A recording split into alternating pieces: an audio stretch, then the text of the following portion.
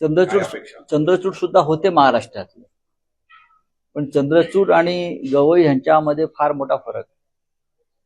चंद्रचूड यांच्याविषयी आम्हाला अपेक्षा होत्या, बरं का, ते न्याय करतील महाराष्ट्रासंदर्भात, पण तो केला नाही.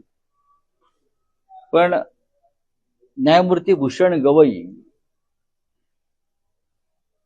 यांच्याविषयी जे आम्ही अनेक वर्ष ऐकतोय, पाहतोय की जे सामान्य घरातून संघर्ष करून इथपर्यंत पोहोचले, या सर्वोच्च पदापर्यंत पोहोचले.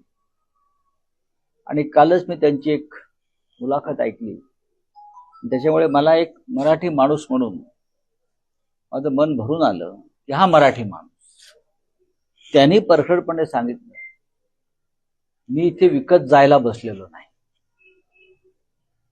आणि दुसरं ते म्हणाले की मी सुद्धा निवृत्तीनंतर कोणतेही पद स्वीकारणार नाही. ज्याला अशा प्रकारचा मोहच नाही त्याला सरकार विकत घेऊ शकत नाही.